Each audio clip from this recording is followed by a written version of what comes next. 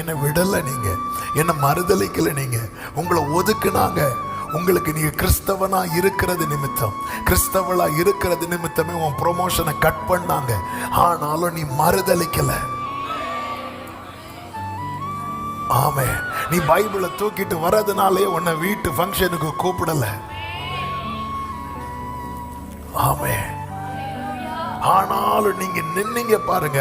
ஆகையால் என் பிதா எனக்கு ஒரு ராஜ்யத்தை ஏற்படுத்தினது போல நானும் உங்களுக்கு ஏற்படுத்துவேன். ஒருத்தன் கஷ்டப்படுறானா, நீ வெட்கப்படாத, வெட்கப்படாத. நீ தப்பு பண்ணி கஷ்டப்படல, நீ திருடி கஷ்டப்படல. சில பாக்குறாங்க, ஆண்டவர் நாளையில இருந்து வேண்டாம். நீ கிறிஸ்தவன் என்கிறது அடையாளம் என்ன தெரியுமா? பாவத்தை விட்டு ஓய்ந்திருப்பது. நானும் கர்த்தாவே உம்மை நம்பியுள்ளேன், நீரே என் தேவன். அப்போஸ்தல நடவடிக்கைகள் 9வது அதிகாரம், அப்போஸ்தல நடவடிக்கைகள் 9வது அதிகாரம் அதனுடைய 16வது வசனத்தை வாசிக்க கேட்கலாம். அப்போஸ்தலர் 9:16. அவன் என்னுடைய நாமத்தின் நிமித்தம் எவ்வளவாய் பாடுபட வேண்டும் என்பதை நான் அவனுக்கு காண்பிப்பேன் என்றார். ஒரு விசை கூட கரங்களை உயர்த்தி ஹல்லேலூயா. பவுலை குறித்து ஆண்டவராகிய இயேசு கிறிஸ்து அனனியாவினிடத்திலே சொன்ன வார்த்தை. கடந்த நாளிலே ஆவியானவர் இந்த வார்த்தையை தான் காண்பித்தார் என்று பேசும்படிக்கு இந்த வார்த்தையை தான் செய்தியாக கொடுத்தார். ஆமென். நம்ம யாருமே கேட்க விரும்பாத சில வார்த்தைகள் வேதத்தில் உண்டு. அதில் ஒன்று தான் பாடு, சோதனை. ஆமென். இன்னைக்கு ஆராதனையில் கூட எடுத்த பாட்டை கொஞ்ச நேரம் யோசிச்சுட்டு இருந்தேன். ஏன் இந்த வேதனை, ஏன் இந்த சோதனை, புரியாத பாதைகள். ஆமென். பாடுகள் என்பது ஒரு மனுஷனுடைய வாழ்க்கையில் உண்டாகிற வேதனை, கஷ்டம், துயரம், இழப்பு அல்லது துன்பம், இப்படிப்பட்ட அனுபவங்கள். அது மன ரீதியாக, சரீர ரீதியாக, உணர்ச்சி ரீதியாக, ஆவிக்குரிய ரீதியாக இப்படியெல்லாம் வெளிப்படுகிறதை நம்மால் பார்க்க முடியும். தேவ பிள்ளைங்க வாழ்க்கையில் தேவன் ஒரு பாடுகளின் பாதையை அனுமதித்திருக்கிறார் என்றால் அதற்கு பின்னாக தேவனுடைய மிகப்பெரிய திட்டம் இருக்கிறது. ஆமென். பவுல் தமஸ்குவை நோக்கி வேகமாய் புறப்பட்டு கொண்டிருக்கிறான். அதற்கு முன்பு வரை பவுலுடைய வாழ்க்கையில பாடுகள் இருந்துச்சா அப்படின்னு கேட்டா தெரியாது. அதுக்கு முன்னாடி வர பவுலால தான் பாடுகள், பவுலுக்கு பாடுகள் இல்லை. கர்த்தருக்கு மகிமை. கொஞ்சம் மானிட்டர் அட்ஜஸ்ட் பண்ணுங்க. கர்த்தருக்கு மாத்திர மகிமை உண்டாவதாக. ஆனால் எப்பொழுது தமஸ்குவுக்கு போகிற வழியில கிறிஸ்து அவனை சந்தித்தாரோ, அந்த சந்திப்பை எப்படிதான் ஆரம்பிக்குது அப்படின்னா அது பாடுகள்ல தான் ஆரம்பிக்குது. அவன் குதிரையிலிருந்து என்ன செய்தான்? அந்த ஒளி வந்ததும் பொத்துன்னு கீழே விழுறான், கீழே விழுகிறான். அவன் எழும்பும் போது அவனால் எழும்ப முடியல. 2 பேர் கை கொடுத்து அவனை தூக்கி விடுறாங்க. இப்படிதான் அவனுடைய 2வது ஒரு ஜேர்னி, ஒரு நியூ ஜேர்னி அவனுக்கு ஸ்டார்ட் ஆகுது. ஆண்டவர் நீ தமஸ்குவுக்கு போங்கிறார். இன்னும் அவனுக்கு பார்வையே கிடைக்கல. அவன் போய் தமஸ்குவில் உட்கார்ந்து ஜோம் பண்ணிட்டு இருக்கிறான். 3 நாட்கள் சாப்பிடாம உபவாசிக்கிறான், புசியாமலும் குடியாமலும். ஆமென். அப்படிதான் இருக்கு பைபிளில். 9:9 அவன் 3 நாள் பார்வை இல்லாதவனாய் புசியாமலும் கொடியாமலும் இருந்தான் என்று சொல்லப்பட்டிருக்கிறது. அவன் சும்மா இருக்கல. 11 கடைசியில் ஆண்டவரே சொல்லுகிறார், அவன் இப்பொழுது ஜெபம் பண்ணுகிறான் என்று சொல்லுகிறார். அவன் புசிக்காம குடிக்காம இருந்து ஜெபம் பண்ணிட்டு இருக்கிறான் ஒருத்தன். ஆமென். அப்படி ஜெபிக்கிறவன் வாழ்க்கையில கர்த்தர் செய்ய போகிற காரியங்கள் அனனியாவுக்கு சொல்றார், நீ போய் அவன் பார்வை அடையும்படி அவனை தேடி கண்டுபிடித்து அவனுக்காக ஜெபம் பண்ணு அப்படிங்கிறார். அப்பொழுது அனனியா சொல்ற, ஆண்டவரே அவன் பொல்லாப்பு செய்கிறவன் ஆண்டவரே என்று சொல்லும்போது இயேசு சொல்லுகிறார். 15வது வசனத்தை வாசிக்கலாம். அதற்கு கர்த்தர், நீ போ, அவன் புறஜாதிகளுக்கும் ராஜாக்களுக்கும் இஸ்ரவேல் புத்திரருக்கும் என்னுடைய நாமத்தை அறிவிக்கிறதற்காக நான் தெரிந்து கொண்ட பாத்திரமாய் இருக்கிறான். கைகளை உயர்த்தி ஒரு ஹல்லேலூயா சொல்லுவோம். அவன் அவன் அந்த அவன் யாருங்கிறதுக்கு தான் ஒரு சின்ன இன்ட்ரோடக்ஷன் கொடுத்தேன். அவன் என் நாமத்தின் நிமித்தம் எவ்வளவாய் பாடுபட போகிறான் என்பதை நான் அவனுக்கு காண்பிப்பேன்.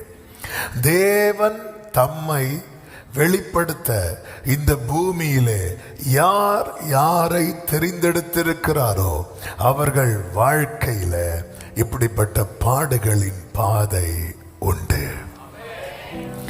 ஆமென், ஆமென், ஹல்லேலூயா. ஆமென். முதல் வசனமே உங்களை இப்படி போக பண்ணிச்சுன்னா ஹல்லேலூயா. ஆமென். நல்ல புரிந்து கொள்ளுங்கள். ஆண்டவராகிய இயேசு திரள் கூட்டத்தை பார்த்து சொல்லும் செய்தி உண்டு, சிறு கூட்டத்தை பார்த்து சொல்லும் செய்தி உண்டு. சின்ன கூட்டம் தான் சீஷர்கள். அதுலேயும் யூதாஸ் போனதுக்கு அப்புறம் நிறைய சொல்லுவார். அவர் சொல்லுகிற வார்த்தைகளில் ஒன்று என்னவென்றால், உலகம் என்னை பகைத்ததானால் உலகம் உங்களையும் பகைக்கும். இயேசு உலகம் பகைக்க காரணம் என்ன? அவர் பிதாவை வெளிப்படுத்துகிறார். தேவ பிள்ளைகளை உலகம் பகைக்க காரணம் என்ன? அவர்கள் இயேசுவை வெளிப்படுத்துகிறார்கள். கைகளை உயர்த்தி ஒரு ஹல்லேலூயா சொல்லுவோம். அப்ப அவன் யார்? அந்த அவன் தேவ நாமம் அறிவிக்கப்பட தேவனால் தெரிந்து கொள்ளப்பட்டிருக்கிற பாத்திரம். ரட்சிக்கப்பட்ட தேவ பிள்ளையே, தமஸ்குவுக்கு போகிற வழியில எப்படி பவுல் சந்திக்கப்பட்டானோ அதுபோல நாமும் எங்கேயோ போய் கொண்டிருந்தோம், எப்படியோ போய் கொண்டிருந்தோம். இன்னைக்கு தேவ சமூகத்தில் இருக்கிறோம். எத்தனை பேர் சொல்வீங்க, நான் அவரை பிடிக்கவில்லை, நான் அவரால் பிடிக்கப்பட்டிருக்கிறேன்? நம்முடைய வாழ்க்கையை குறித்த தேவ திட்டத்தை தேவ பிள்ளைகள் புரிந்து கொள்ள வேண்டும். இன்னைக்கு அவன் 2 காரியங்களை சொல்ல விரும்புகிறேன். ஒன்று, தேவ பிள்ளைகள் அனுபவிக்கிற 3 விதமான பாடுகள். ரெண்டாவது ரொம்ப முக்கியமான காரியம், அதுதான் இன்னைக்கு முக்கியமான செய்தி என்னவென்றால், கிறிஸ்து பாடுபட்ட பின்பும் ஏன் தேவன் நமக்கு பாடுகளை அனுமதிக்கிறார். இந்த 2 டைட்டில் இன்னைக்கு நம்ம கொஞ்சம் வேகமாய் நாம் கர்த்தருடைய வார்த்தையை கேட்க போகிறோம். ஒன்று, தேவ பிள்ளைங்க வாழ்க்கையில தேவ பிள்ளைங்க வாழ்க்கையில் அனுமதிக்கிற பாடுகளை 3 விதமாய் பிரிக்கலாம். பலவிதமான பாடுகள் உண்டு, அதை மொத்தத்தில் 3ஆய் பிரிக்கலாம். ஒன்று, சரீர ரீதியாக சந்திக்கிற பாடுகள், சரீர நிலை, சரீரத்தில் நாம் அனுபவிக்கிற பாடுகள். 2வது, ஆவியில உண்டாகிற பாடுகள், ஆவிக்குரிய நிலையில உண்டாகிற பாடுகள்.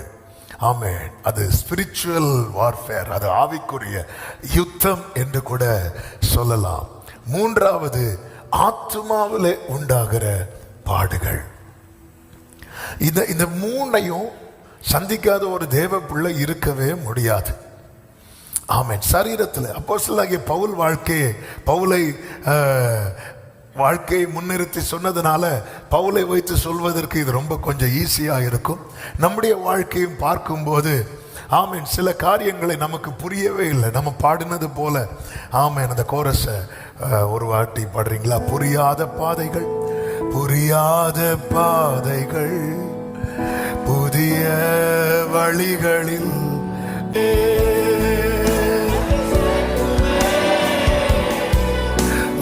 நன்மையை கொண்டாடி பாடுவேன். ஹல்லேலூயா, ஹல்லேலூயா. ஆமென். சரீரத்துல ஒரு தேவ பிள்ளைக்கு பாடு உண்டு, ஆவியில பாடு உண்டு, ஆத்துமாவில பாடு உண்டு.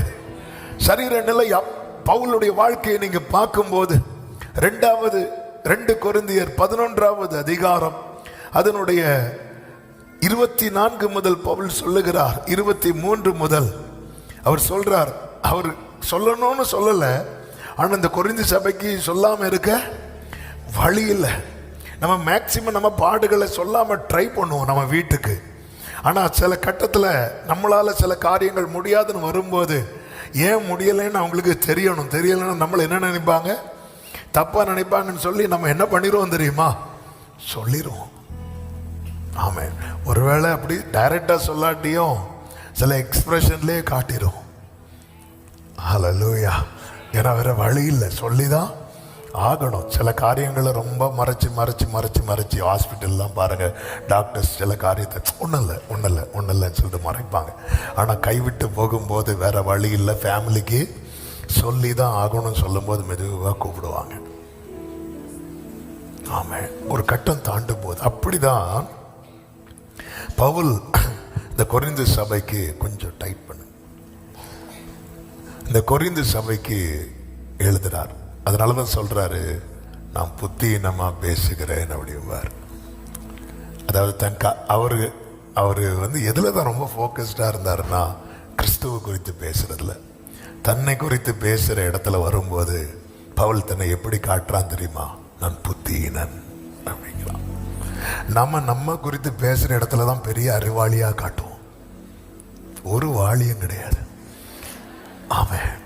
ஆனா பவுல் தன்னை குறித்து பேசுற இடத்துல கொஞ்சம் பொறுத்துக்கோங்க, புத்தின்னு நான் பேசுறேன் சொல்லிட்டு அவரு இல்லாததை சொல்லல, இல்லாத கதையை சொல்லல, அவர் பட்ட கஷ்டத்தை சொல்றாரு. நான் அதிகமாய் பிரயாசப்பட்டவன், அதிகமாய் அடிப்பட்டவன், அதிகமாய் காவல்களில் வைக்கப்பட்டவன், அநேகந்தரம் மரண அவதியில் அகப்பட்டவன். மரண அவதினா உயிர் போற நிலை.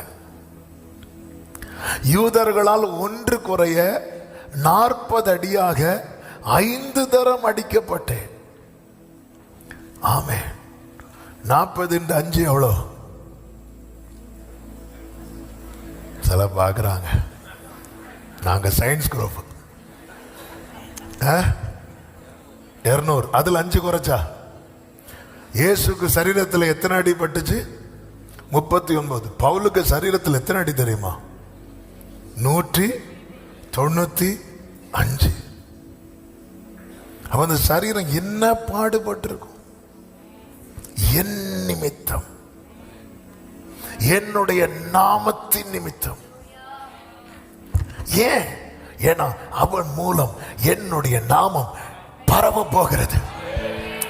என்ன ஒரு காரியத்தை தேவன் மனசுல வச்சு ஒரு பாதையில தேவன் நடத்தும் போது புரிந்து கொள்ளுங்க. அதை இப்படி சொல்ல விரும்புகிறேன், ஒரு பாடுகளின் பாதையில தேவன் நம்மை நடத்துகிறார் என்றால், ஆமே, தேவன் ஒரு மேன்மையான காரியத்தை தம்முடைய மனதிலே வைத்திருக்கிறார்.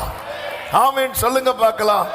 அது மட்டுமல்ல, ஆமேன், அவர் சொல்றாரு, நான் கல்லறி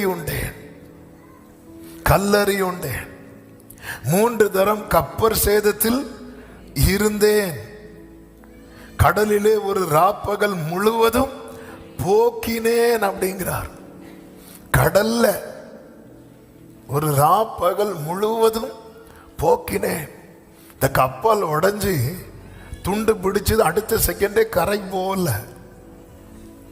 ஹல்லேலூயா. எவ்வளவு டைம் அவர் சொல்ற, ஒரு ராப்பகல் முழுவதும் நான் போக்கினேன். அடுத்து 26 இன்னும் நிறைய சொல்றார், நமக்கு நேரம் இல்லை, நீங்க வீட்டில் போய் படிச்சுக்கோ. இது ஒரு பக்கம். அடுத்து சொல்றார், கண் விழிப்பு, தாகம், பசி, இது ஒரு பக்கம். ஆமென், ஆமென். இது ஒரு முள்ளு போலவே இருக்கிறது பவுல் வாழ்க்கையில. பலவீனம் சரீரத்தில். கலாத்தியர் 4:15 பவுல் சொல்றாரு, உங்க கண்களை கூட நீங்க நான் கேட்டிருந்தா எனக்கு பிடுங்கி கொடுத்திருப்பீங்க, கண்களை கூட பிடுங்கி கொடுத்திருப்பீங்கன்னு சொல்றாருன்னா பவுலுக்கு எதுல பாதிப்பு? கண்ணுல பாதிப்பு. கண்ணு ஒரு சரியா தெரியாது. பிரதான ஆசிரியர் தெரியாம பேசிடுவார். பக்கத்தில் இருக்கவன் பலார்னு ஒன்று வைப்பான் பவுலுக்கு. பிரதான ஆசிரியர்கிட்ட இப்படி பேசுறியா? அப்படி பேசும்போது அவர் சொல்லுவார், எனக்கு தெரியல அது யாருன்னு. ஒரு ஆள் நிற்கிறது மாதிரி இருந்து நான் பேசிட்டேன், ஆனால் அது பிரதான ஆசாரியன்னு தெரியாது. சரீரத்திலே பாடுகள்.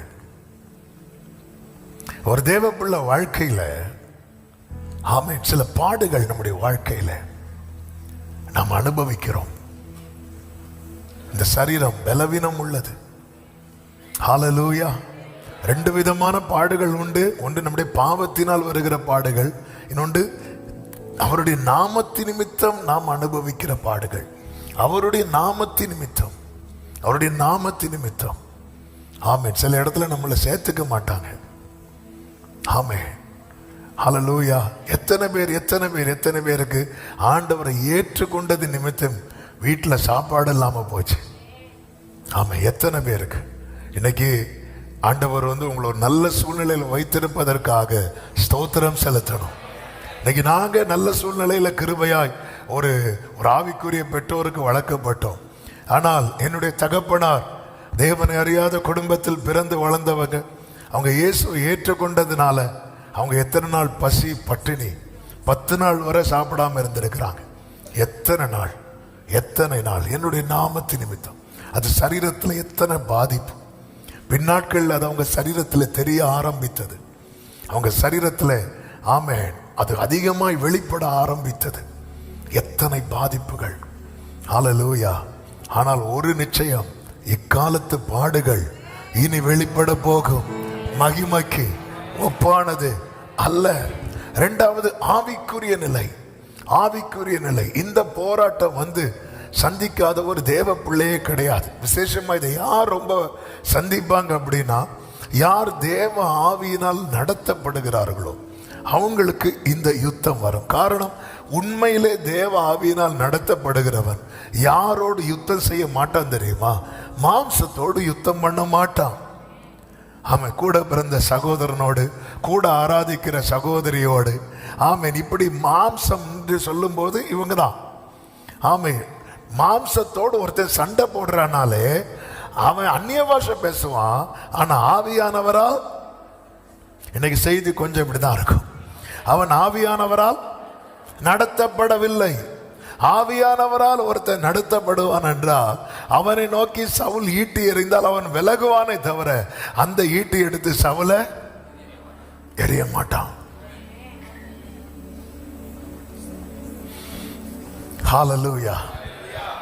ஹல்லேலூயா. ஆமென். கர்த்தருக்கு மகிமை உண்டாவதாக. அப்ப தேவ ஆவியினால் நடத்தப்படுகிறவனுக்கு யுத்தம் வான மண்டலத்தில் இருக்கிற பொல்லாத சேனை, அவன் ஆவியில் அதை அவன் உணர்வான். ஆமென். பவுல் சொல்றார், எனக்கு தீத்துவ காணாததுனால, ஆமென், 2 கொரிந்தியர் 2:13 இருக்கு, நான் என் சகோதரனாகிய தீத்துவை காணாததினால் என் ஆவிக்கு என்ன இல்லாதிருந்தது தெரியுமா? அமைதல் இல்லாதிருந்தது. ஜெபிக்கிற ஒரு தேவ பிள்ளைக்கு இந்த அனுபவம் உண்டாகும். என்ன அனுபவம் உண்டாகும்? அவங்களை சார்ந்தவங்களுக்கு ஏதாவது ஒரு ஆபத்து அல்லது ஏதாவது ஒரு பிரச்சனையில் அவங்க மாட்ட போறாங்கன்னு தெரியும் போது இவங்க ஆவியில போராட்டம் ஜாஸ்தி ஆகிரும். இவங்க ஆவியில போராட்டம் அதிகரிக்கும். இன்னைக்கு அநேகர் ஆவியை எப்படி வச்சிருக்கிறாங்க தெரியுமா? அணைத்து போட்டிருக்கிறாங்க. ஒரு தேவ பிள்ளைக்கு இது தெரியணும். ஒரு ஆமேன் சொல்லுங்க பார்க்கலாம். ஆமே, நம்ம பிள்ளைங்க வெளியே இருப்பாங்க, நம்முடைய உறவுகள் வெளியே இருப்பாங்க. அவங்களுக்கு ஏதாவது ஒரு ஆபத்தோ நெருக்கமோ வரும்போது நம்ம ஆவியில் அந்த போராட்டத்தை அனுபவிக்கலன்னு வைங்களேன், அவங்களுக்காக நம்ம உத்தரவாதம் எடுக்க முடியாது. அவர்களுக்காக நம்மளால என்ன செய்ய முடியாதுன்னா திறப்பில் நிற்க முடியாது. ஆமென். லோத்து பட போகிற பிரச்சனை, லோத்துக்கு உண்டாகிற பிரச்சனையை ஆபிரகாம் உணர்ந்ததுனாலதான் அவனால என்ன செய்ய முடிந்தது? தேவனுக்கு முன்பாக நிற்க முடிந்தது. அதனால லோத்து காக்கப்பட்டான். ஒரு தேவ பிள்ளை இந்த அனுபவத்துல வளரணும். பவுல் சொல்ற, எனக்கு ஆவியில் அமைதலே இல்லை அப்படிங்கிறார். இயேசு கிறிஸ்துவை பாருங்கள், அவர் தேவ ஆவியானவரால் கொண்டு போகப்படுகிறார். எதுக்கு கொண்டு அவர் கொண்டு போகப்பட்டதுமே யாரு வரா தெரியுமா? பிசாசு வருகிறான். அவருக்கு ஆவியில போராட்டம் வருகிறது. ஆவியில எப்படிப்பட்ட போராட்டம் வருகிறது? இந்த கல்ல அப்பமா மாத்து, இந்த கல்ல அப்பமா மாத்து. ஏன்னா அவருக்கு என்ன இருக்கிறது தெரியுமா? பசி இருக்கிறது. அவன் ஆவியில் முதல் போராட்டம் நமக்கு ஸ்பிரிட்ல தான் வரும். அடுத்துதான் மாம்சத்தில் அது வெளிப்படும். கண்களின் இச்சை, ஜீவனத்தின் பெருமை, மாம்ச இச்சை, இது ஃபர்ஸ்ட் போராடுறது நம்முடைய ஸ்பிரிட்ல தான். பிசாசானவன் போராடுறது தெரியும். ஏன்னா ஆவியானவர் நம்முடைய ஆவியோடு என்ன செய்திருக்கிறார்? இணைந்திருக்கிறார். அப்போ ஒரு தீமையான காரியம் வரும்போது நம்முடைய ஸ்பிரிட்ல தான் முதல் போராட்டம் எழும்பும். ஸ்பிரிட்ல உங்களுக்கு போராட்டம் எழும்புதுனாலே உங்களுக்குள்ள ஆவியானவர் இருக்கிறார்னு அர்த்தம். ஹல்லேலூயா, ஆமென். கர்த்தருக்கு மகிமை உண்டாவதாக. இப்போ காலேஜ் படிக்கிற பிள்ளைங்க இருப்பீங்க, ஸ்கூல் படிக்கிற பிள்ளைங்க இருப்பீங்க. ஒரு எக்ஸாம்பிளுக்கு பிள்ளைங்க சொல்லுவாங்க, வா சினிமாக்கு போகலாம். அப்படி சொல்லும்போது நமக்கு போகணும்னு இருக்கும்போது நம்முடைய ஸ்பிரிட்ல ஒரு போராட்டம் இருக்கும். வேண்டாம், இது உனக்கு ஏற்புடையது இல்லை. இப்போ இதுக்கு நீங்க எசைஞ்சு போனீங்கன்னா நீங்க சேஃப் ஆயிட்டீங்க. நீங்க நம்ம என்ன பண்ணுறது? இதை அணைப்போம். கரண்ட் வந்தது என்ன பண்ணும்? மெழுக அணைக்கிறது மாதிரி ஆவி அணைக்கிறோம். ஆவியில நமக்கு போராட்டம் வரும்போது அணைக்கிறோம். அணைக்கும் போது அவர் துக்கத்தோடு உட்கார்ந்துருவார். ஹல்லேலூயா. எத்தனை பேர். அதனாலதான் நீங்கள் ஆவியை என்ன செய்து போடாதிருங்கள், அவித்து போடாது. இந்த போராட்டம் உண்டு. இயேசுவுக்கு அந்த போராட்டம் இருந்தது. பிசாசானவன் அவரை எப்படியாவது தள்ளிவிட பார்த்தான். ஆவியில போராட்டம் வருதுனால ஒரு தேவ பிள்ளை அலர்ட் ஆயிரணும். ஏன்னா அவன் என்ன செய்ய பார்க்கிறான்? தள்ளிவிட பார்க்கிறான். ஆமே. தானியேல் ஜெபிக்க உட்காரும் போது அவனுக்கு ஆவியில போராட்டம் இருந்துச்சு. 21 நாள் ஆச்சு ஜெபத்துக்கு பதில் வர. ஏன்னா தூதன் வந்து சொல்றான், ஒருத்தன் போராடிட்டு இருந்தான்ப்பா அப்படின்னு. நான் அவனை தாண்டி உன்கிட்ட வந்திருக்கிறேன். ஜெபத்துக்கு பதில் வரலையா? புரிந்து கொள்ள வேண்டும், இது போராட்டம். ஆமென். உடனே தேவ பிள்ளை உட்காரணும். ஜெபத்துக்கு பதில் வர வரை விடக்கூடாது, உபவாசிக்கணும். தேவன் அதை நம்மிடத்திலே கற்றுத் தருகிறார். சில காரியங்கள் ஏன் எங்களால் இது கூடாமற் போயிற்று? இந்த வகை பிசாசு ஜெபத்தினாலும் உபவாசத்தினாலுமே அன்றி. ஆமென். உபவாசம்னா நம்ம ஒரு பிரேயர் வைக்கிறோம் தெரியுமா? அது மட்டும் கிடையாது. நாம தனித்து இருக்கிறது தேவ சமூகத்துல. தனித்து தேவ சமூகத்திலே தரித்திருப்பதன் பேரு தான் என்ன தெரியுமா? உபவாசம்னா தனித்து அவரோடு வாசம் பண்ணுதல். அதுக்கு பேரு தான் உபவாசம். ஆமா, தனித்து வாசம் பண்ணுதல் அவரோடு, தேவனோடு. அப்படி இருக்கும்போது தான் நம்முடைய காரியங்கள் உணர்த்தப்படும், உருவாக்கப்படுவோம், ஜெயம் பெறுவோம். ஆண்டவருக்கு மகிமை உண்டாவதாக. ஏசாவை ஃபேஸ் பண்றதுக்கு முன்னாடி யாக்கோபுக்கு ஆவியில போராட்டம் இருந்துச்சு. அவன் போராடினான், பைபிள்ல இருக்கு. அவன் போராடினான். யாரோடு போராடினான் தெரியுமா? தேவனோடு போராடுறான். அவனுக்கு அந்த போராட்டம் இருந்துச்சு. நம்முடைய வாழ்க்கையில் இப்படி அமைதியே இருக்காது, சமாதானமே இருக்காது. ஆவி போராடிட்டு இருக்கு. எதுக்கோ ஆவி பாடுபடுது. ஆண்டவருக்கு மகிமை உண்டாவதாக. அதுக்கு நம்ம எப்படி ரெஸ்பாண்ட் பண்றோங்கிறது ரொம்ப முக்கியம். அநேகர் ஆவி என்ன செய்யறாங்க தெரியுமா? அவித்து போடுறதுன்னா அணைத்து போடுறது. அதாவது கரண்ட் இல்லைன்னா உனக்கு மெழுகு தேவை. கரண்ட் வந்தோன்னு எப்படி அணைப்போம் தெரியுமா? சிலர் ஊதுறங்கிற பேரில் துப்புவாங்க. அதாவது அது எரிய வைக்கும் போது எவ்வளவு பாதுகாப்பா எரிய வைப்போம் தெரியுமா? இப்போ அதெல்லாம் இப்போ எல்லாருக்கும் இன்வெர்டர்லாம் வந்துட்டு, எமர்ஜென்சி லைட் வந்துச்சு, சார்ஜே இருக்காது. அது வேற.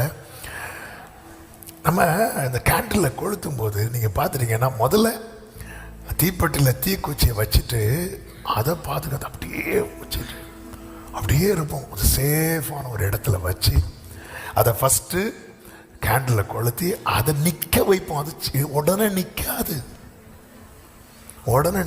அதை நிற்க வைக்க அப்படி நிற்க வச்சுட்டு கையெடுத்து பார்ப்போம். ஓகே. அதுக்கப்புறம் எங்கேயோ காற்றடிக்குன்னு தெரிஞ்சுன்னா அவ்வளோ பாதுகாப்பு. உனக்கு கஷ்டம் வரும்போது, நெருக்கம் வரும்போதெல்லாம் ஒரு தேவை. உனக்கு கொஞ்சம் வசதி வந்ததும்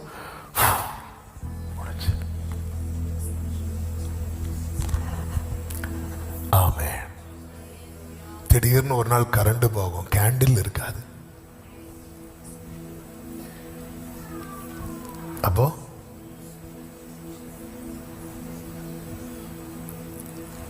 ஆவியில போராட்டம். ஒரு தேவ பிள்ளை, அதாவது தேவனால் நடத்தப்படுகிறவன் அனுபவிப்பான். அவனுக்கு அந்த போராட்டம் அவனால ஃபீல் பண்ண முடியும். இயேசுவுக்கு அந்த போராட்டம் இருந்துச்சு. ஆனா போராட்டத்துக்கு பிறகு மகிமை. மூன்றாவது ஆத்துமா. ஆத்துமா என்பது நம்முடைய மனம், உணர்ச்சி, விருப்பம், துக்கம், கவலை, பயம், ஏக்கம், இது எல்லாமே உள்ளடக்கினது. 2 கொரிந்தியர் 11:28 பவுல் சொல்றாரு, நாம் பட்ட பாடுகள் கஷ்டங்கள்லாம் இருக்கிறது, அது மட்டும் இல்ல, எல்லா சபைகளை குறித்து உண்டாயிருக்கிற கவலை என்னை நாள்தோறும் நெருக்குகிறது.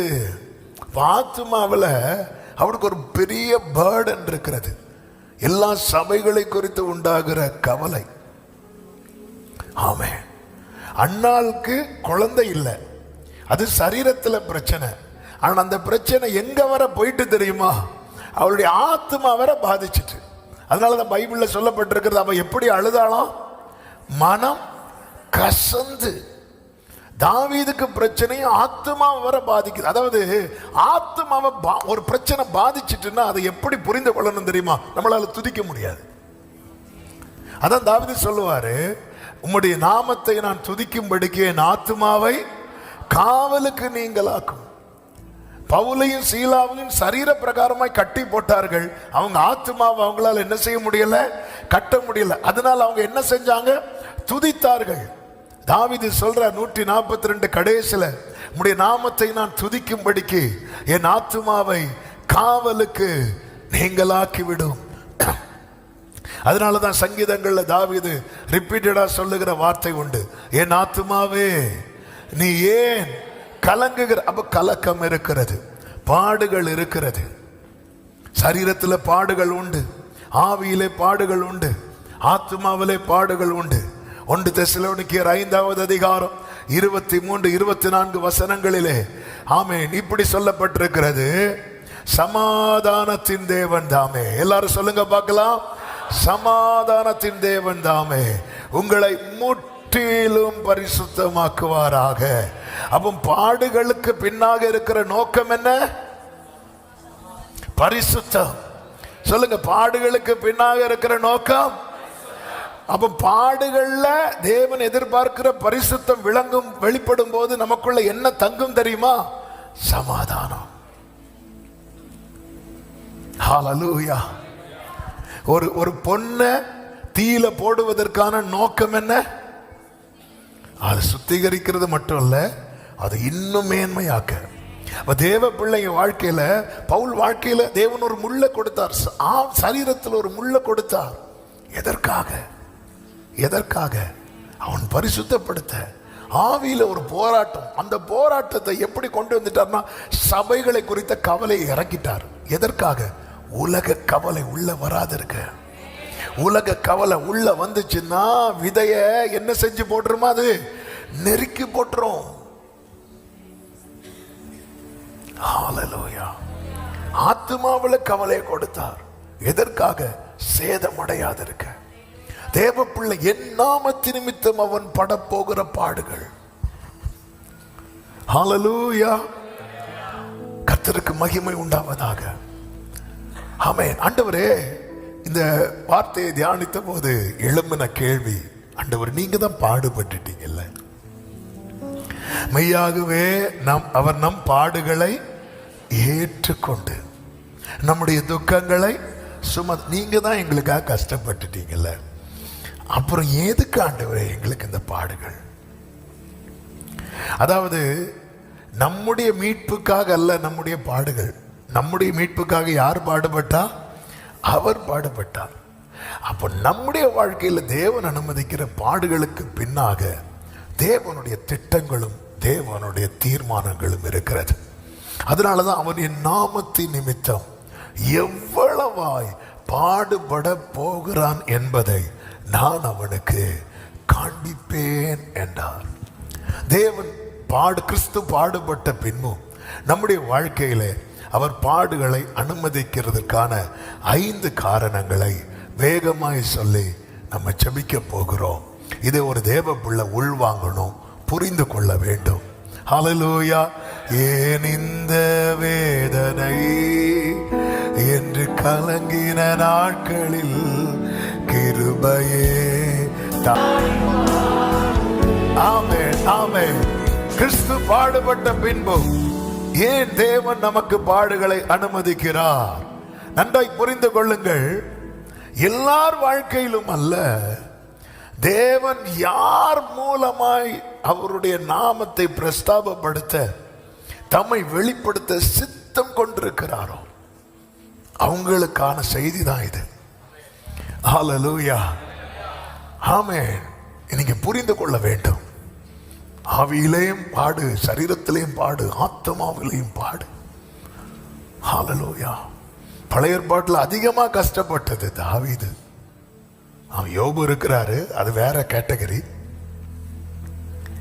புதிய ஏற்பாட்டில் அதிகமா கஷ்டப்பட்டது பவுல். இந்த 2 பேர் மூலம் தேவன் மகிமைப்பட்டது கொஞ்சம் அல்ல. ஹல்லேலூயா. ஏன் பாடுகள்? 1, கிறிஸ்துவின் பாடுகளுக்கு பங்காளிகளாக்க, to make us partakers of Christ's sufferings. கிறிஸ்துவின் பாடுகளுக்கு 1 பேதுரு 4வது அதிகாரம் 12, 13 வசனங்களை வாசிக்க கேட்கலாம். பிரியமானவர்களே, உங்களை சோதிக்கும்படி உங்கள் நடுவில் பற்றி எரிகிற அக்கினி. இங்க தெளிவாய் சொல்லப்பட்டிருக்கிறது, எந்த வியாக்கியானமும் தேவையில்லை. உங்களை சோதிக்கும்படி உங்கள் நடுவில் பற்றி எரிகிற அக்கினியை குறித்து ஏதோ புதுமை என்று. அப்ப ஃபர்ஸ்ட் ஆண்டவர் நமக்கு சொல்லுகிற காரியம் என்னன்னா, பயப்படாத. ஆமென். முதல்ல சொல்றது அக்கினியை பார்த்து பயப்படாத. பழைய ஏற்பாட்டில் என்ன சொல்லுவார்? நீ அக்கினியில் நடக்கும் போது நான் கூட இருப்பேன். புதிய ஏற்பாட்டில் என்ன சொல்றாருன்னா, நீ அக்கினியில் நடக்கும் போது இல்ல, நீ இருக்கிற இடத்துல அக்கினி பற்றி எரியும், பயப்படாத, நீ திகையாதே, திகையாதே. அப்போ பயப்படாதேன்னு சொல்றாருன்னா, அந்த அக்கினியில எனக்கு என்ன இல்லை? அழிவு இல்லை. சொல்லுங்க பார்க்கலாம், அழிவு இல்லை. ஆமென். இன்னைக்கு நீங்க இதே போல ஒரு அக்கினியில இருக்கலாம். ஆமென். இந்த காலை வேளையில் இந்த சத்தத்தை ஆமென் நீங்க கேட்டுக்கொண்டிருக்கலாம். எல்லாம் முடியுதா? இல்லை, இல்லை. இந்த அக்கினியில உனக்கு அழிவு கிடையாது. இந்த அக்கினியில உனக்கு அழிவு கிடையாது. எதற்காக இந்த சோதனை? எதற்காக இந்த சோதனை? இந்த அக்கினியை குறித்து ஏதோ புதுமை என்று திகையாமல், ஓ கிறிஸ்துவின் மகிமை நீங்கள் களிகூர்ந்து மகிழும்படியாக அவருடைய பாடுகளுக்கு நீங்கள் பங்காளிகள். ஏன் பங்காளி அப்படிம்பாரு? ஆமே.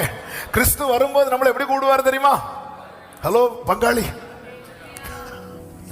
பங்காளிங்கிற வார்த்தையுடைய இது சும்மா கூடாது. பங்காளி, ஆமே. பங்காளி மலையாளி நேபாளி, ஆமே. அவர் வருவார் பங்காளி அப்படிம்பார். கிறிஸ்துவின் பாடுகளுக்கு பங்காளிகளானதா? ஆமே. அவரோடு கூட. அப்ப தேவன் என்ன செய்யறார் தெரியுமா? என்னை பாடுகளுக்கு பங்காளியாக்குறார். எதற்கு? மகிமையில அவரோடு கூட. ஹல்லேலூயா. மகிமையில் இயேசுவை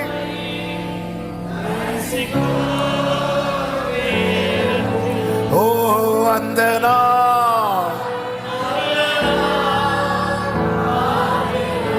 அப்ப இந்த பாடுகளின் அனுபவத்துக்குள்ள ஒருத்தன் போகும்போது அவன் பங்காளியாரான். ஹல்லேலூயா. பாடுகளின் அனுபவத்துக்குள்ள போகும்போது, ஆமென். இங்க பழைய இந்த கல்வாரி பாடல்களை எல்லாம் நீங்க பார்க்கும்போது, அதை எழுதினவர்களுடைய அந்த பேக்ரவுண்ட், நீங்க எப்படி இதை எழுதுனீங்க அப்படின்னு கேட்டு அவங்க சொல்லுவாங்க, அவங்க ஒரு பாடுகளின் பாதையில பயணித்திருப்பார்கள். அதாவது இந்த பாடுகளின் பாதை பவுல் சொல்லுவார் பாருங்க, பிலிப்பியருக்கு எழுதும் போது அதை எழுதுனதே ஜெயில இருந்து பாடுகளின் நடுவில் இருந்து அவர் எழுதும் போது சொல்றாரு, எனக்கு லாபமா இருந்ததெல்லாம் நஷ்டமா எண்ணன. எதற்கு தெரியுமா? 3வது அதிகாரம் 10வது வசனம், பிலிப்பியர் 3:10. நான் அவரையும் அவருடைய உயிர்த்தெழுதலின் வல்லமையில் அவருடைய பாடுகளின் ஐக்கியத்தையும் அறிகிறதற்கும் அவருடைய பாடுகளின் ஐக்கியத்தையும் அறிகிறதற்கும். இந்த பாடுகளின் ஐக்கியம் என்று ஒன்று இருக்கிறது. ஆமே, நம்ம சபை கூடுதலோ அந்த ஐக்கியத்தை மட்டும்தான் ஃபோக்கஸ் பண்றோம். பாடுகளின் ஐக்கியம் என்று ஒன்று இருக்கிறது. ஆண்டவருக்கு மகிமை உண்டாவதாக. அதாவது உலகத்துக்குரியவைகளை வேண்டான்னு ஒருத்தன் விலகும் போது அவன் உண்மையில இந்த உலகத்துல உறவுகளால, சொந்தங்களால, சூழ்ந்திருக்கிறவர்களால, சூழ்நிலைகளால, பிசாசால எல்லா விதத்திலும் அவன் நெருக்கத்துக்குட்பட்டு பாட அனுபவிக்கிறான். அப்படி பாட அனுபவிக்கப்படுகிறவன் அவன் யாராக மாறுகிறான் என்றால் அவருடைய பாடுகளுக்கு பங்காளியா மாறான். அவருடைய பாடுகளுக்கு யாரு பங்காளிகளா இருக்கிறாங்களோ அவங்களுக்கு ராஜ்யத்தை கொடுப்பதுதான் அவருடைய பெரிய சித்தமா இருக்கிறது. இன்னைக்கு நீங்க கிறிஸ்துவின் நிமித்தம் ஏதாவது சிறுமைப்படுத்தப்படுறீங்களா, கஷ்டப்படுத்தப்படுகிறீங்களா, அதுதான் உங்கள் நடுவில் பற்றி எரிகிற அக்கினி. இதை குறித்து நீங்க திகைக்காதீங்க. இது உங்களுக்கு வேல்யூவை கூட்டி கொண்டே இருக்கும். சத்தமா ஆமென் சொல்லுங்க பார்க்கலாம். ஹalleluya. பாடுகள் கிறிஸ்துவை அறியும் அனுபவத்தை இன்னும் ஆழமாக்குகிறது. இன்னும் ஆழமாக்குகிறது. கிறிஸ்துவை அறியும் அனுபவத்தை இன்னும் ஆழமாக்குகிறது. பாருங்கள், லூக்கா 22ல ஆண்டவராகிய இயேசு கிறிஸ்து தம்மோடு கடைசி வரை நிலைத்திருந்த சீஷர்களுக்கு சொல்லும் ஒரு வார்த்தை உண்டு. என்ன தெரியுமா? அதனுடைய 22, 28, 23 வசனங்களை பாருங்கள். லூக்கா 22, 28, 29. மேலும் எனக்கு நேரிட்ட சோதனைகளில் நிலைத்திருந்தவர்கள் நீங்களே. ஆகையால், நல்ல கவனிங்க, நீங்க எனக்கு சீஷர் ஆயிட்டீங்க, ஆகையால் சொல்லல. நீங்க என்கிட்ட வந்துட்டீங்க, சிலுவை எடுத்துட்டு என்ன பின்பற்றினீங்க, ஆகையால் சொல்லல. நீங்க என் கூட நிலைத்திருந்தீங்க. கஷ்டத்துல இருந்தீங்க, நெருக்கம் வந்த போது நிலைச்சிட்டீங்க, என்ன விடல, நீங்க என்ன மறுதலிக்கல, நீங்க உங்களை ஒதுக்குனாங்க. உங்களுக்கு நீங்க கிறிஸ்தவனா இருக்கிறது நிமித்தம், கிறிஸ்தவளா இருக்கிறது நிமித்தமே உன் ப்ரொமோஷனை கட் பண்ணாங்க. ஆனாலும் நீ மறுதலிக்கல. ஆமே, நீ பைபிளை தூக்கிட்டு வர்றதுனாலே உன்னை வீட்டு ஃபங்க்ஷனுக்கு கூப்பிடல. ஆமே, ஆனாலும் நீங்க நின்னீங்க பாருங்க. ஆகையால் என் பிதா எனக்கு ஒரு ராஜ்யத்தை ஏற்படுத்தினது போல நானும் உங்களுக்கு ஏற்படுத்துவேன். அடுத்த வசனம், நீங்கள் என் ராஜ்யத்திலே, என் பந்தியிலே இஸ்ரவேலின் 12 கோத்திரங்களையும் சிங்காசனங்களின் மேல். நல்ல கவனிங்க, ரட்சிக்கப்பட்டு கிறிஸ்துவுக்குள் வாழ்ந்து ஓட்டத்தை முடிக்கிறவனுக்கு என்ன உண்டு? நித்திய ஜீவன் உண்டு. அதுல மாற்றமே கிடையாது. அது தேவன் கொடுத்த வாக்கு தத்தம்.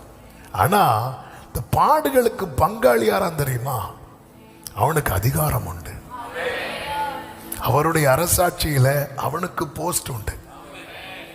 ஹalleluya. பாடுகளுக்கு பங்காளி ஆகிறவனுக்கு அவதான் நீ நியாயம் தீர்ப்ப. அப்ப இந்த பூமியில ஒருத்தனை பாடுகளுக்கு உட்படுத்தி அவனை பங்காளி ஆக்குறாரு அப்படின்னா அவனுக்கு என்ன பெனிஃபிட் அப்படின்னா அவனுக்கு ஜட்ஜ்மெண்ட் கிடையாது. ஹalleluya. அவனுக்கு என்ன கிடையாது? ஜட்ஜ்மெண்ட் கிடையாது. ஏன்னா அவன் கிறிஸ்துவ நிமித்தம் பாட அனுபவிக்கிறான், கிறிஸ்துவ நிமித்தம் நெருக்கத்தை அனுபவிக்கிறான். இன்னைக்கு நம்ம என்ன பண்றோம்? ரட்சிக்கப்பட்டோம், நம்மளை பாதுகாக்க, ஐயோ சொசைட்டிக்கு என்ன ஆகுது, இவங்க என்ன நினைப்பாங்க, அவங்க என்ன நினைப்பாங்க, இப்படி நினைச்சு நினைச்சு நினைச்சு நினைச்சு நினைச்சு நினைச்சு நம்ம நிறைய நிறைய நிறைய காம்ப்ரமைஸ் ஆகி இன்னைக்கு கிறிஸ்டியன் லைஃப்ங்கிறது ஒரு பாட்டு உண்டு தெரியுமா? கிறிஸ்தவ ஜீவியம் சௌபாக்கிய ஜீவியம் கிறிஸ்துவின் மக்கள் கோ. அடுத்த வார்த்தை, கஷ்டங்கள் வந்தாலும் கிறிஸ்து. இதுதான் ரியல் கிறிஸ்டியன் லைஃப். அதனுடைய மகிழ்ச்சி களவே கிடையாது. ஒரு பக்கம் உபத்திரவம் இருந்தாலும் இன்னொரு பக்கம் கொண்டாட்டம் இருக்கும். ஆனா இன்னைக்கு ஒரு சின்ன பிரச்சனை, சின்ன கஷ்டம், சின்ன ஒரு நெருக்கம் வந்தாலே நமக்குள்ள அந்த ஜாய் நஷ்டமாகுதுல்ல. ஏன் ஏன் நம்ம அதை அக்செப்ட் பண்ண விரும்பல? இந்த பாடுகளை நம்முடைய இருதயம் ஏற்க மறுக்கிறது. இயேசு சொல்லுகிறார், ஓ என் ஆவி கலங்குகிறது, இந்த வேளையினின்று என்னை நீக்கும் என்று நான் கேட்பேனா? கேட்க மாட்டேன். இதற்காகவே இந்த வேளைக்குள் வந்தேன். அதனாலதான் 1 பேதுரு 4வது அதிகாரம் அதனுடைய 16வது வசனத்திலே சொல்லப்பட்டிருக்கிறது. 4:16, ஒருவன் கிறிஸ்தவனாய் இருப்பதினால் பாடுபட்டால். நல்ல கவனிங்க, கிறிஸ்தவன் பாடுபட்டால் சொல்லல. ஆமே, நம்ம உள்ள வம்பு இழுத்து பாடுபட்டுட்டு நான் வந்து கிறிஸ்டியன் தள்ளிப்பா. ஆமே, கோர்ட்ல இருக்கிற முக்காவாசி கேஸ்ல பேரை பார்த்தீங்கன்னா பீட்டர், ஜான், என்ன பண்ண ஃபுல்லா தான் பேரு பீட்டர். அவ்வளோ 12 அப்போஸ்தலர்களுக்கு பேரும் அங்க இருக்கும். கன்னியாகுமரி மாவட்டத்தில் டைவர்ஸ் கேஸ்ல டாப்ல இருக்கிறதே கிறிஸ்தவன் பாடுபட்டால் இல்ல, கிறிஸ்தவனா இருப்பது. நம்ம கிறிஸ்தவனா ஒருத்தன் இருக்கிறானாலே அவனுக்கு இந்த உலகத்தில் என்ன இருக்கு? எங்களுக்கு தெரியும் பிரதர். அதனாலதான் நாங்க பேரு கூட மாத்தாம. ஆமே, கிறிஸ்தவனா இருப்பதினால். ஒருத்தன் கஷ்டப்படுறானா நீ வெட்கப்படாத, வெட்கப்படாத. நீ தப்பு பண்ணி கஷ்டப்படல, நீ திருடி கஷ்டப்படல. நான் சொல்றது புரியுது? ஏங்க, திருடி தண்டிக்கப்படவனே அவன் எப்படி போறான் பார்த்துருக்கீங்களா? இடையில ஒரு தீர்ப்பு கொடுத்தாங்களே, ஆமே, அந்த தீர்ப்புக்கு கொண்டு போன இதை பார்க்குறேன், எல்லாம் அப்படி நிமிர்ந்து இப்படி போறாங்க. ஆனா நம்ம பைபிள் எடுத்துட்டு யாரும் பாத்திரக்கூடாது. ஆமே, அவன் தப்பு பண்ணிட்டு என்னெல்லாமோ பண்ணிட்டு நிமிர்ந்து போறான். நீ ஆண்டவருடையவனாய், கிறிஸ்தவனாய், கிறிஸ்துவினுடையவனாய் இருப்பதுனால நீ நிந்திக்கிறாங்க, தூஷிக்கிறாங்க, அற்பமா பேசுறாங்க. ஆமே, உங்களை இதனால அது சந்தோஷமாய். அது நிமித்தம் நீங்க என்ன செய்யணும் தெரியுமா?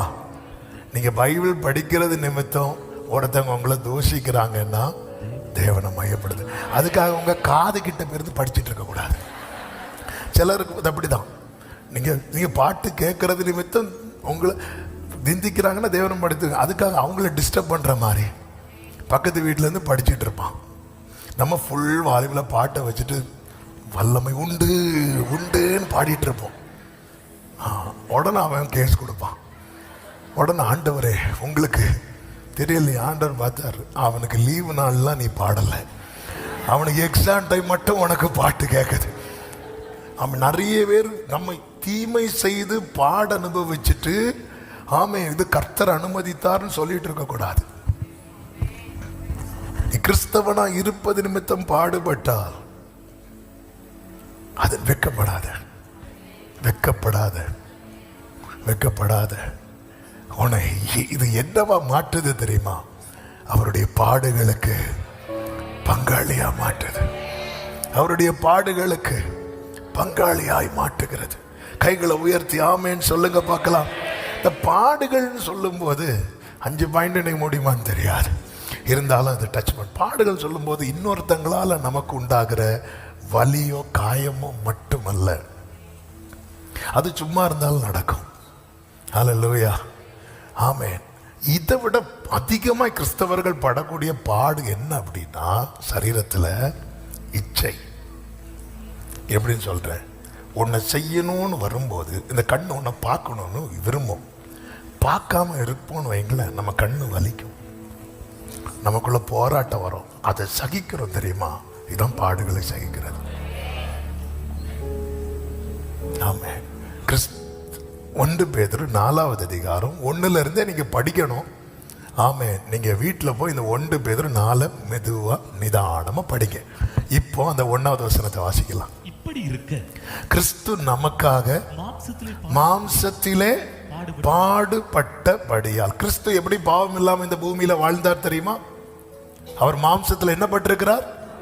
பாடுபட்டிருக்கிறார். அவரை சுத்தி எல்லாரும் தான் நிற்பாங்க. அவர் 100% காட், அதுல மாற்றம் இல்லை.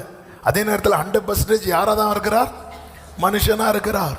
அதனால எல்லா உணர்ச்சிகளும் அவருக்கு உண்டு. ஆனா எதுவுமே பிதாவுக்கு பிரியமானதை தான் எப்பொழுதும் செய்யணுங்கிறதுல அவர் ரொம்ப ஸ்ட்ராங்கா இருந்ததுனால அவர் மாம்சத்தில் என்ன பட்டார் தெரியுமா? பாடுபட்டார். இங்க கவனிங்க, பரலோக தேவனை பிரியப்படுத்தணும்னு நினைக்கிறவங்க மாம்சத்துல பாடுபடுவாங்க. ஆமென்.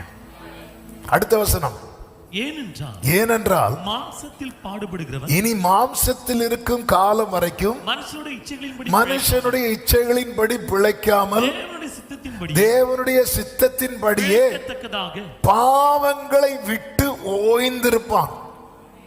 என்னை தேவன் பாடுகளுக்கு உட்படுத்துறது ஒரு பக்கம் என்னை பங்காளியாக்க, இன்னொரு பக்கம் என்னை பாவங்களை விட்டு ஓய்ந்திருக்கு. எத்தனை பேர் இதை விரும்புறீங்க கேட்டா எல்லாரும் கை தூக்கும். இவன் லைஃப்ல பாவங்களை விட்டு ஓய்ந்திருக்கிறான். என்ன வேடுங்க, ஒரு மனுஷன் எப்ப தெரியுமா பாவங்களை விட்டு ஓய்ந்திருப்பான்? சொல்லுங்க பார்க்கலாம். செத்ததுக்கு அப்புறம்.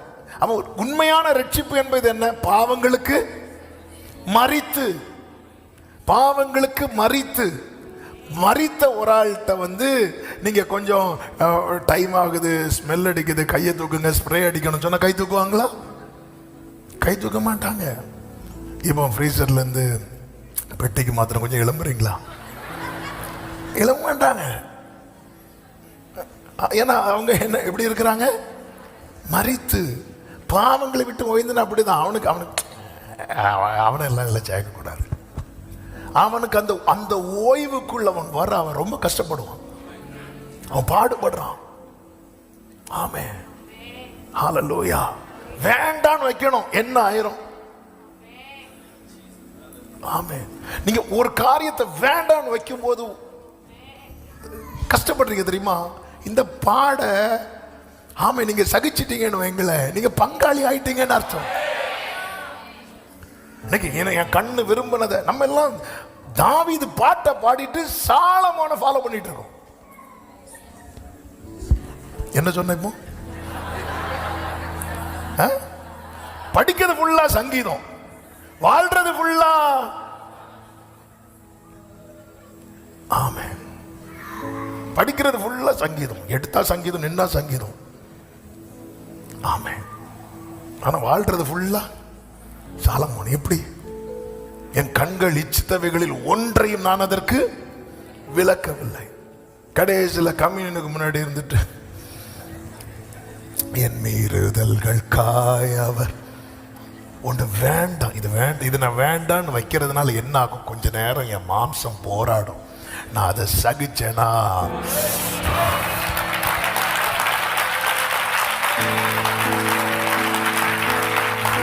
இன்னைக்கே அந்த அக்கினி எரியும். ஆமென். இதுவரை உங்களுக்கு கிடைக்காத வாய்ப்புகள் இன்று கிடைக்கும். ஆமென். சில பார்க்குறாங்க, ஆண்டவரே நாளையில இருந்து வேண்டாம். நீ கிறிஸ்தவன் என்கிறதின் அடையாளம் என்ன தெரியுமா? பாவத்தை விட்டு ஓய்ந்திருப்பது.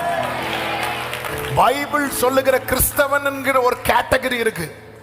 கிறிஸ்டியன் பைபிள்ல இருக்கு, 3 இடத்துல இருக்கு கிறிஸ்தவன் கிறிஸ்தவன் கிறிஸ்தவன் அப்படின்னு. ஒன்று சீஷர்களுக்கு கிறிஸ்தவர்கள் என்று பெயர் வைப்பாங்க. இன்னொன்று அகரிப்பா ராஜாவா பெஸ்துவான்னு தெரியல. பவுல்கிட்ட சொல்லுவார், நீ இன்னும் கொஞ்சம் விட்டேன்னா என்ன யாரா மாத்திருவ? கிறிஸ்தவனா மாத்திருவ அப்படிம்பாரு. இன்னொன்று இங்கே இருக்கு, இதுக்கு மேல இருக்கான்னு தெரியல. ஆமே, நீ கிறிஸ்தவனா இருப்பு. இதுதான் கிறிஸ்தவன், கிறிஸ்டியன். இதான் ஹூ இஸ் கிறிஸ்டியன்? பாவங்களை விட்டு ஓய்ந்திருக்கிறவன். According to Bible. கவர்மெண்ட் கணக்கில் வேற. ஆமே, உலக அறிவில் நம்ம எல்லாருமே யார் தான்? கிறிஸ்தவர்கள் தான். பரலோக அறிவில் கிறிஸ்தவன் யார் தெரியுமா? பாவங்களை விட்டு ஓய்ந்திருப்பவன்.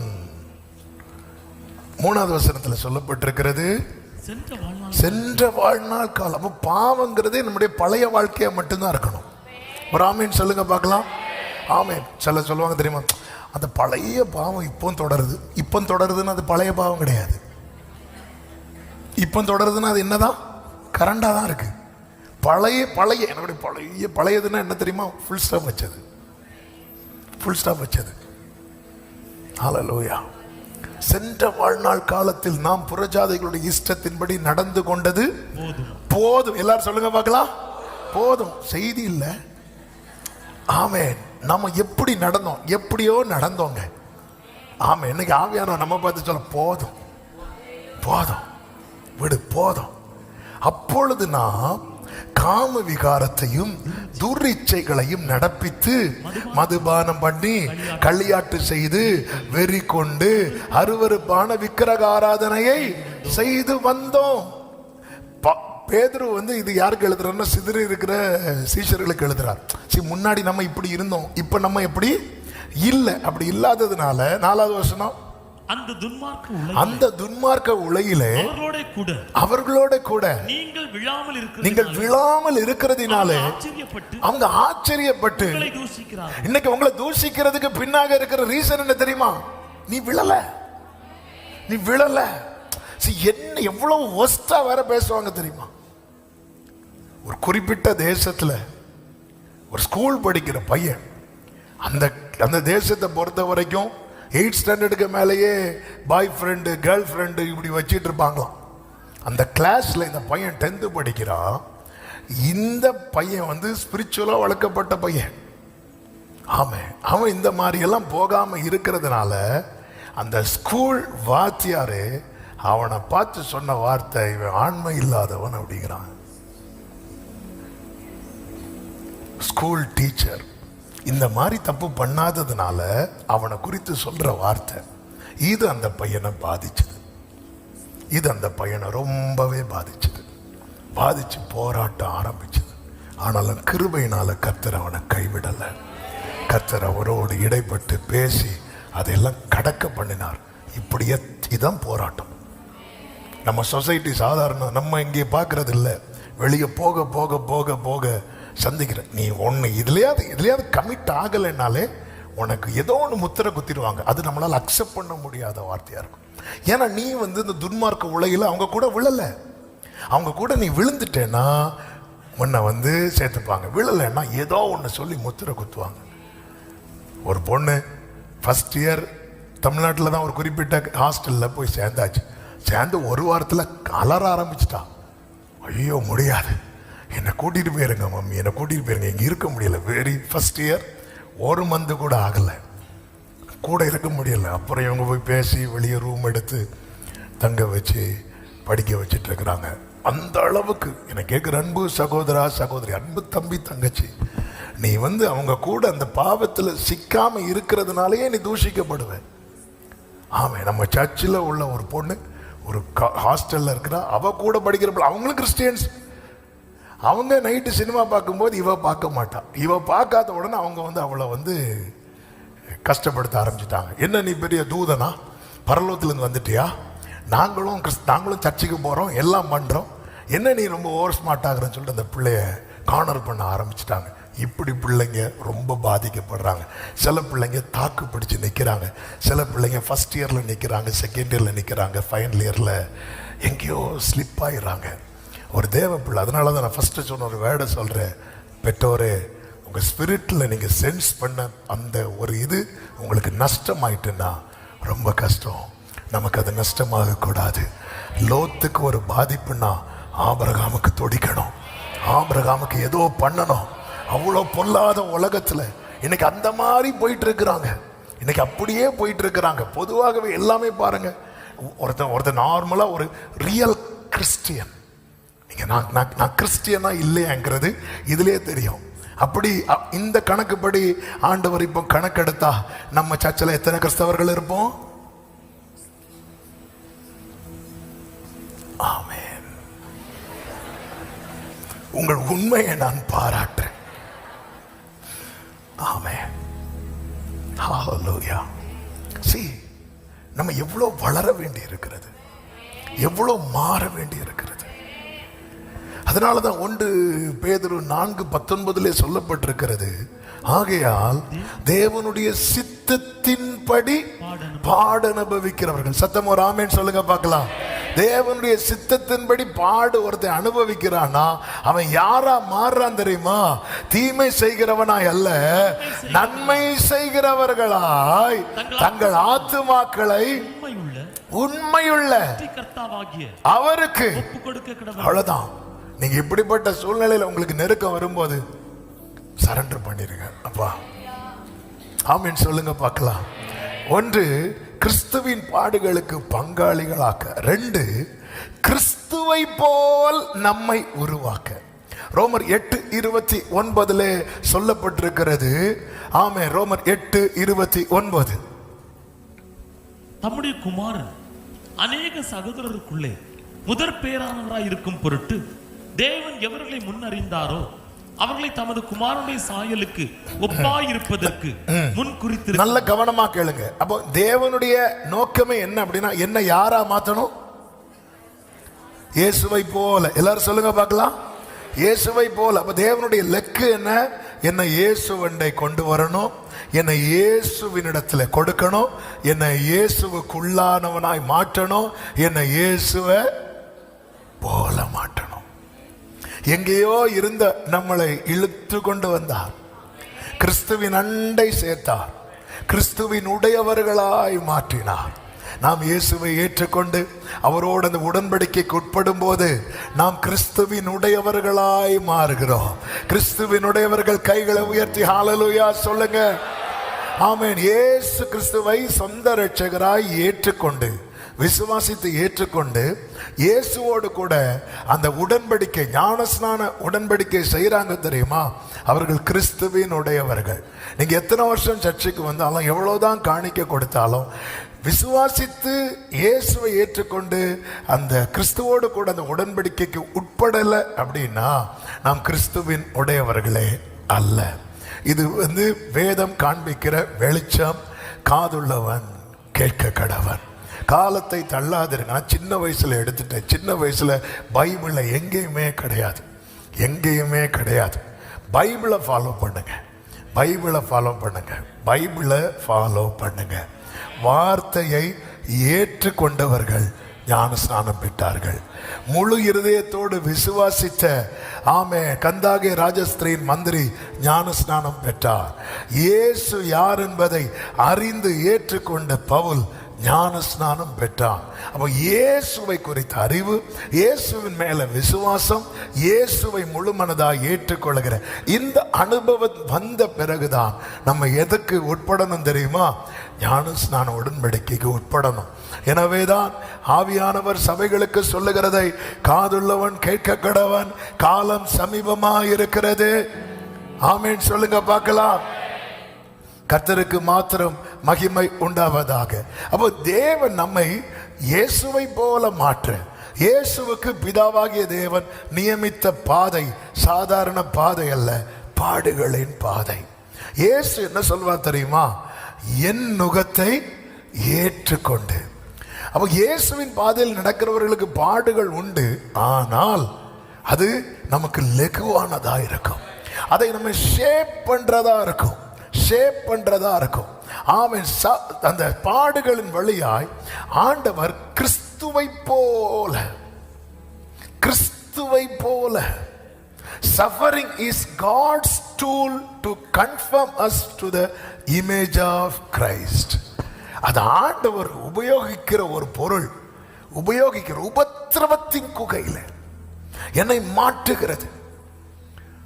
ஒரு பொன் அக்னியில போடப்பட்டு அந்த போட்டவருடைய விருப்பத்துக்கு ஏற்றார் போல மாற்றப்படுவது.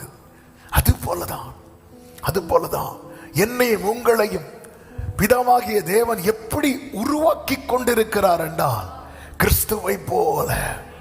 உங்க உங்க உங்க உங்க ஆசை என்ன அப்படி கேட்டா இப்போ சொல்லுவோம். ஆனா நார்மலா கேட்டா நம்ம யாருமே எதை மட்டும் சொல்ல மாட்டோம் தெரியுமா? இயேசுவை பார்க்கணும்னு சொல்லுவோம். ஆனா என்ன சொல்ல மாட்டோம் தெரியுமா? இயேசுவை போல ஆகணும்னு சொல்ல மாட்டோம். ஏன்னா அந்த காரியம் நம்முடைய மனசுலயே இருக்க விடாதபடிக்கு பிசாசாகிய பறவை வந்து அந்த விதையை மட்டும் என்ன செய்யுது, கொத்திட்டு போயிருது. மகிமை, பரலோகம், பொற்தள வீதி, பளிங்கு நதி, ஜீவ விருட்சம், இதெல்லாம் நம்ம கண்ணுக்குள்ள இருக்கும்.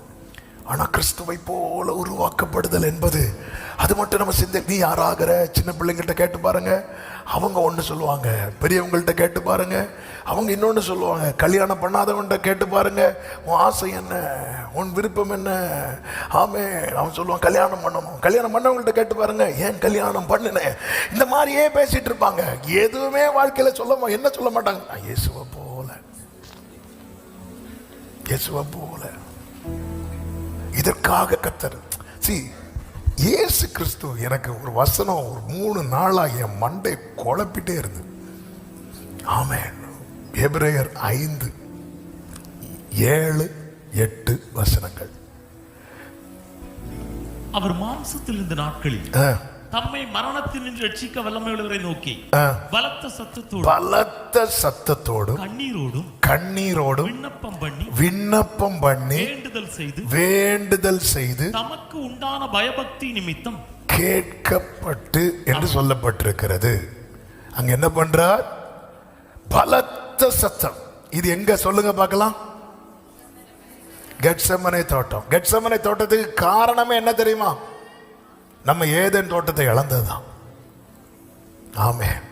ஏதேன் தோட்டத்தில் ஆமென் இழந்தான், பாவம் செஞ்சு. கெத்செமனே தோட்டம், அவர் கெத்செமனே தோட்டத்தில் வந்ததுனால எனக்கு நம்பிக்கை உண்டு.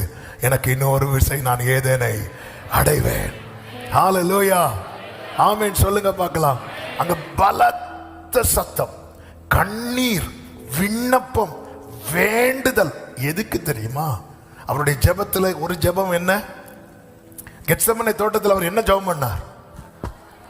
இந்த பாத்திரம் என்னை விட்டு நீங்க கூடுமானால், அப்போ அந்த பாடுகளின் பாத்திரம் நீங்கணும் அப்படின்னு இயேசு என்ன பண்றார்?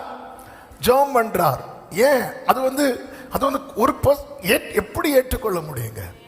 அதாவது அவ்வளோ வலி, அவமானம், நிந்தை, எல்லாவற்றை விட இயேசு வந்து எதை வந்து அவரால் அக்செப்ட் பண்ண முடியலன்னா, பிதாவுக்கும் அவருக்கும் இடையே இருக்கிற உறவு துண்டிக்கப்பட போகிறது. இது அவரால் ஏற்றுக்கொள்ள முடியாம போய் சத்தம் போட்டு அழுது ஜெபம் பண்றார். அடுத்த வசனத்துல சொல்லப்பட்டிருக்கிறது இந்த வேர்டு தான். அவர் குமாரனாயிருந்தும் பட்ட பாடுகளினாலே கீழ்ப்படிதலை எப்படியா? அப்போ அதுக்கு முன்னாடி அவர் கீழ்ப்படியலையா? அதுக்கு முன்னாடி கீழ்ப்படியவே இல்லையா? ஆமே. அதாவது பொதுவாக நம்ம தானங்க சொல்லி கேட்கலன்னா இப்ப அடிக்க கூடாதுன்னா ஸ்கூல்ல உடஞ்சி சொல்லி கேட்கலன்னா அடிப்பாங்க. ஆனா இங்க இயேசுவை குறித்து சொல்லப்பட்டிருக்கிறது, அவர் குமாரனாய் இருந்தும் பட்ட பாடுகளினாலே கீழ்ப்படுதலை கற்றுக்கொண்டு என்று சொல்லப்பட்டிருக்கிறது. அந்த வேர்டை பாருங்க. அவர் குமாரனாய் இருந்தும் அதன் அர்த்தம் என்ன? அவர் இப்படி அழ வேண்டிய அவசியமே இல்லை. அவர் இப்படி கண்ணீர் விட வேண்டிய அவசியமே இல்லை. அவர் இந்த பாடுகளுக்கு உட்பட வேண்டிய அவசியமே இல்லை. குமாரனாலே அவருக்கு எங்க ஸ்தானம் இருக்கிறது? வீட்டில் ஸ்தானம் இருக்கிறது. குமாரனால எங்க ஸ்தானம் இருக்கிறது? வீட்டில் ஸ்தானம் இருக்கிறது. அப்போ அவர் வீட்டுக்கு போறதுக்கு இந்த பாடுகளின் வழியாய் பயணிக்க வேண்டிய ஒரு அவசியமும் இல்லை. அவர் அங்கேயே ஏறி என்ன பண்ணிருக்கலாம்? போயிருக்கலாம். ஏன்னா அவரை தவிர பிதாவினிடத்தில் ஏறுகிறவனும் இறங்குகிறவனும் ஒருவனும் இல்லை. அவர் நினைச்சா போயிருந்திருக்கலாம். ஆனா அப்படி போகாமல், இந்த பாத்திரம் என்னை விட்டு நீங்க கூடுமானால் நீங்கும்படி செய்யும் என்று ஜெபித்தவர் கொஞ்ச நேரத்தில் சொல்றார், நான் இந்த பாத்திரத்தில் பானம் பண்ணாதிருப்பேனோ அப்படிங்கிறார். அப்ப கீழ்ப்படிதலை கற்றுக்கொண்டுனா அதனுடைய சரியான அர்த்தம் என்ன அப்படின்னா, ஆண்டவரே தேவ சித்தம் இன்னது என்பதை உள்வாங்கி அதற்கு முழுமையாய் அர்ப்பணிப்பது. ஹalleluya, ஹalleluya.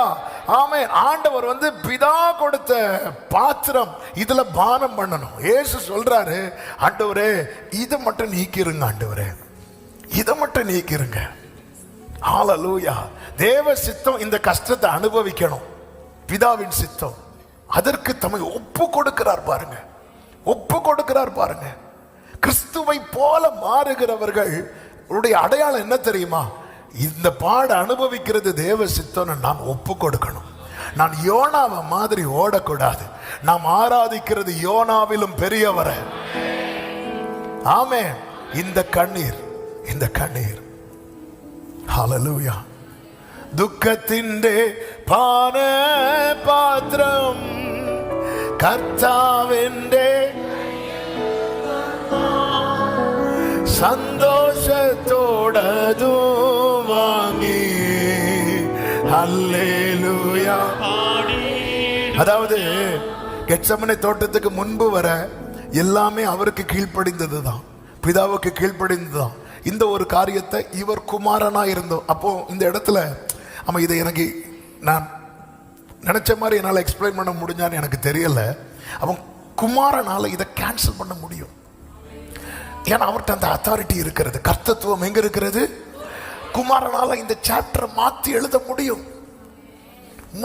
ஆனா அவர் அப்படி செய்யாம எப்படிங்க, என்னங்க அவர் குமாரனா இருந்தும் அவர் அடிமையின் ரூபம் எடுத்தார். ஆனா அவர் யாராதான் இருக்கிறார்? குமாரனா இருந்தும். அப்போ ஜீசஸ் நினைச்சா அந்த ஒரு நைட்ல அந்த ஸ்டோரியை ரீரைட் பண்ண முடியும், திருப்பி எழுத முடியும், மாற்றி எழுத முடியும். ஏன்னா அவர்கிட்ட என்ன இருக்கிறது தெரியுமா? கர்த்தத்துவம் அவர் தோள்ல இருக்கிறது, அதிகாரம் இருக்கிறது. ஆனா அவர் அதை செய்யல. கீழ்ப்படிதல். அவர் சித்தம் செய்வதை அனுபவமாக்குறார் பாருங்க. தேவ சித்தம். இப்ப நம்ம கிட்ட ஒரு அதிகாரம் இருக்கிறது. ஆமென். ஒரு இரவு, கடுமையான இரவு, பெரிய சவாலை சந்திக்கிற இரவு, நம்ம கிட்ட ஆண்டவர் ஒரு அதிகாரம் தர்றார். என்ன அப்படின்னா, இந்த இரவை ஸ்கிப் பண்றதுக்கு ஒரு அதிகாரத்தை தர்றார். நம்ம மேக்சிமம் என்ன தெரியுமா செய்வோம்? அதை ஃபேஸ் பண்ண மாட்டோம், அதை ஸ்கிப் பண்ணுவோம். ஆனா பிதாவின் சித்தம் ஃபேஸ் பண்றது ஜீசஸ் அக்செப்ட் பண்றார். இதான் கீழ்ப்படிதலை கற்றுக்கொண்டு. ஜீசஸ் நினைச்சா அந்த ஸ்டோரியே மாத்தி எழுதி இருக்கலாம். ஜீசஸ் நினைச்சா அண்ணா காய்பாவை அடுத்த நாள் குற்றம் சாட்டுறவங்க எல்லாம் கர்த்தரே தெய்வம் என்று ஆண்டவர் மட்டும் அப்படி மாத்தி எழுதுனா நடந்திருக்காதா? ஒரு அக்கினிய எலியா, பாடுள்ள மனுஷன் எலியாவை நிறுத்தியே மொத்த ஜனத்தை கர்த்தரே தெய்வம் என்று சொல்ல வைத்தவர், வானத்தை பூமியும் சிருஷ்டித்தவர் அல்லவா இவர் நினைச்சிருந்தா அதை மாற்றி எழுதி இருக்க முடியும். ஆனா அவர் அப்படி செய்யாம, இதுதான் நம்ம எல்லாம் மாத்திட்டு இருக்கிறோம். ஆண்டவர் அடிக்கடி சொல்லுகிற வார்த்தை, விசேஷமா ரீசன்ட் டைம்ல ஆவியானவர் ரொம்ப பேச வைக்கிற வார்த்தையில் உண்டு. ஃபர்ஸ்ட் நமக்கு ஒரு ஆன்சர் வருது பாருங்க, அதுதான் அவருடைய ஹார்ட்ல இருந்து வருது. நம்ம அவருடைய ஹார்ட்ல இருந்து வார்த்தை எடுக்க மாட்டேங்கிறோம், வாயிலிருந்து எடுக்க பார்க்கிறோம். ஆமென். ஹalleluya. ஃபர்ஸ்ட் வரும் பாருங்க. ஃபர்ஸ்ட் ஒரு நோ சொல்லிட்டார்ல, அதுக்கப்புறம் கேட்கவே கூடாது. அதுக்கப்புறம் இந்த டாபிக்கை கொண்டே போகக்கூடாது. அதுக்கப்புறம் நீங்க ஃபோர்ஸ் பண்ணீங்கன்னா எஸ் சொல்லிடுவார். அந்த எஸ்ஸுக்கும் அவருக்கும் சம்பந்தம் கிடையாது. ஆமென். நிறைய பிள்ளைங்களுக்கு பெற்றோர் பைக் வாங்கி கொடுத்தது விரும்பியா வாங்கி கொடுக்கறாங்க. ஃபர்ஸ்ட் ஆன்சர் என்னவா இருந்திருக்கும் தெரியுமா? நோ. பாருங்க எவ்வளவு கோரஸ். எஸ் நோ தான். அங்க நோ சொன்னதும் நம்மால் உடனே சாப்பாடுக்கணும், தண்ணிக்கணும், ஸ்கூலுக்கணும், காலேஜுக்கணும், எல்லாத்துக்கணும். பிள்ளை இல்லை, சரி போட்டுங்க வாங்கி கொடுங்க, அவ்வளோதான். வாங்கி கொடுத்துட்டு பைக்கு ஜோம் பண்ண வரும்போது நான் அப்படியே எல்லாப்படியும் பார்ப்பேன். பையனையும் பார்ப்பேன், அப்பாவையும் பார்ப்பேன், அம்மாவையும் பார்ப்பேன். பையன் முகத்தில் அப்படி இருக்கும், அப்பா அப்படி இருப்பார். ஆமென். அப்படி இருப்பார். அம்மா எல்லாம் இருப்பாங்க. அப்படியே ஓடி பார்த்துட்டு சோதராண்டவரே அப்பா 100 வரை போனாலும் பரவாயில்ல, 108 போயிடக்கூடாது, காத்துக்கொள்வீராக. ஆமென். அதுவும் பைக்கை பார்த்தா சில சொல்லுவாங்க, பாஸ்டர் நீங்க இருந்து பாருங்க. ஆமென். ஹல்லேலூயா. எலியா கர்மேல் பருவத்தில் இருந்து ஜெபம் பண்ணாம அப்படிதான் இருக்கும். இது விரும்பியா வாங்கி கொடுக்கிறது.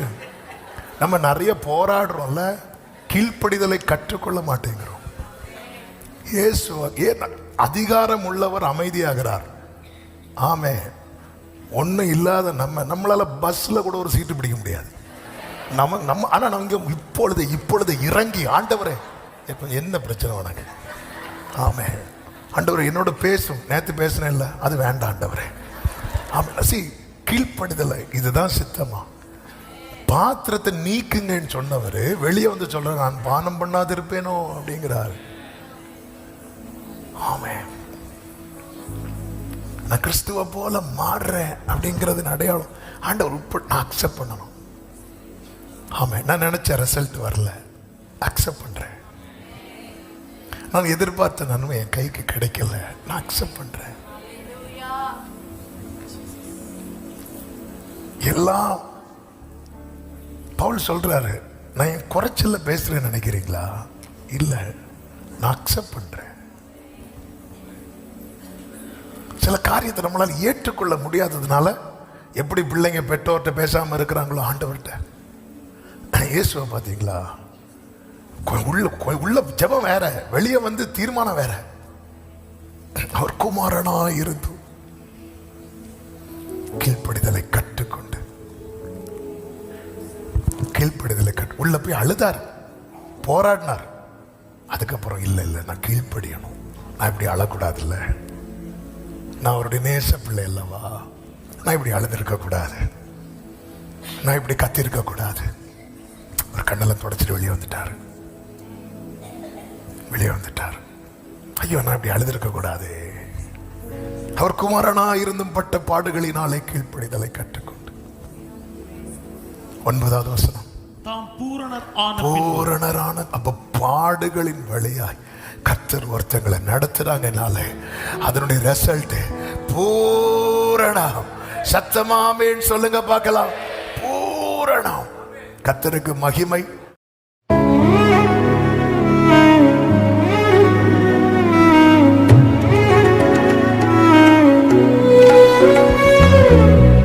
இயேசுவே இயேசுவே இயேசுவே, விலகாத பிரியாத சமூகமே அது